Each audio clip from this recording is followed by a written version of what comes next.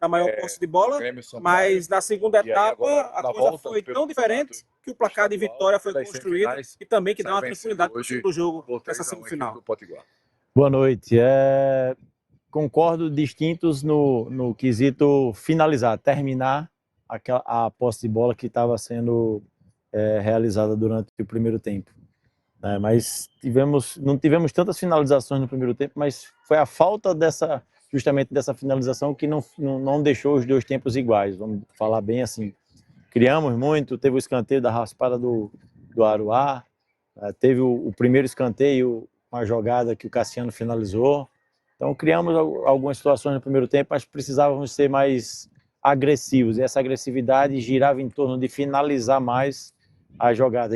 Nós estávamos querendo terminar a jogada ali dentro da área, e dentro da área tinham 3 zagueiros muito próximos um do outro e que proporcionavam uma dificuldade muito grande. Então precisávamos finalizar um pouco mais, principalmente de média e longa distância. Tivemos algumas situações com o Tadei, com o próprio Copete, mas o segundo tempo, o jogo é feito de 90 minutos. Então o segundo tempo nós se sobressaímos pela imposição, pela condição física, pelo querer, pelo acreditar e por respirar o processo de decisão. Éramos sabedores que precisávamos de um resultado positivo nesse primeiro jogo, devido que temos uma semana muito especial pela frente, cheio de decisões. Aí você estrear, começar uma semifinal de 2 jogos, um jogo de 180, com vitória, credencia e traz muita confiança para a sequência, não só do segundo jogo, como também do jogo de quarta-feira que temos, devido às adversidades que essa viagem também vai nos proporcionar. Agora, claro, Raniel, é uma vitória 3-1 da maneira como foi criada, né? O torcedor sai daqui, por mais que o mandante fosse o Potiguar, sai de maneira feliz, mas em alguns momentos do jogo, né, uma alternância sua, o Potiguar se soltando muito pelo lado do Evandro por aqui, principalmente com o Natanael, camisa número 11, né, o Adriano Babi, o atacante deles, pressionando também. E sua equipe não tomava gol há 5 partidas, né? É mais mérito do Potiguar, a falta de comunicação de sua defesa? O que é que você viu hoje?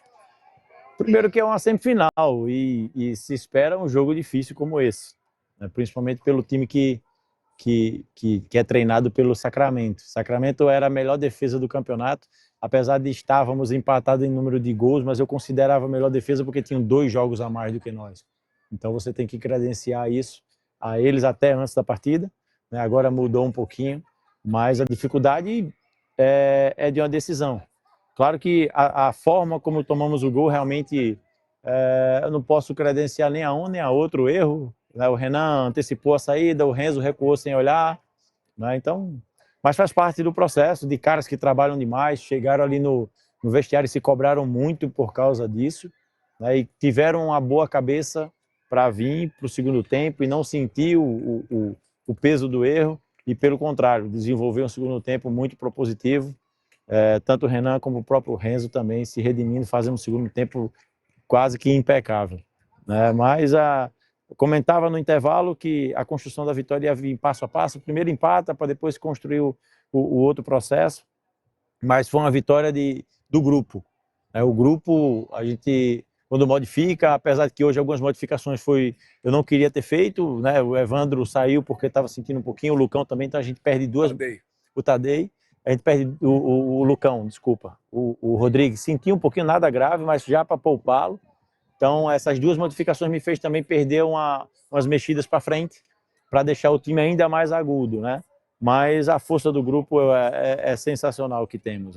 Nosso grupo é um grupo muito comprometido, é um grupo que quando a gente modifica, não deixa cair o que está sendo desenvolvido. É claro que os que entram depois têm um pouquinho de dificuldade para entrar no ritmo, e os que estão começando o jogo estão mais ritmados, mas hoje eu dizia para eles no intervalo que era a vitória do grupo, e assim foi, né? Principalmente com a definição do 3-1 com o gol do Tanque, com a assistência do próprio Galvão.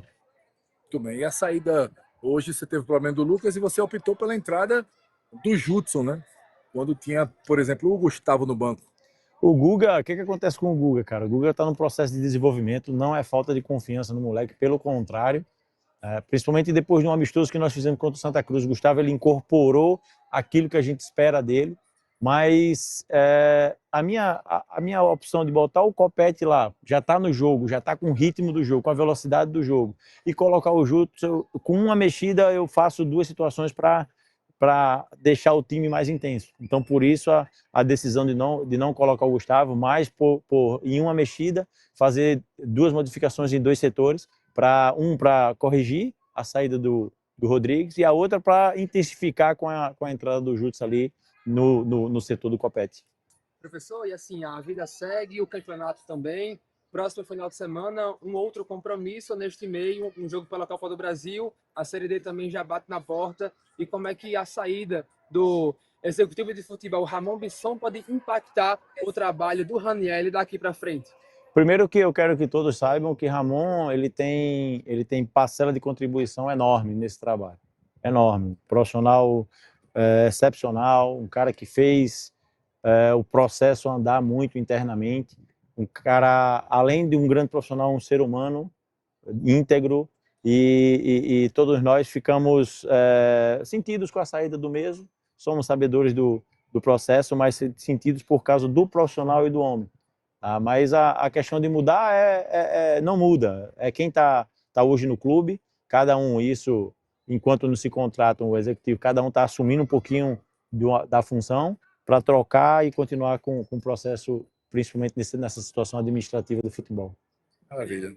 Você falou já sobre o que você gostou do jogo de hoje. Eu queria que você avaliasse o que porventura tenha te incomodado, acho que principalmente no primeiro tempo, se você puder falar, e avaliasse também, por favor, a atuação do Júlio nos minutos que ele teve em campo. O jogo em si eu gostei.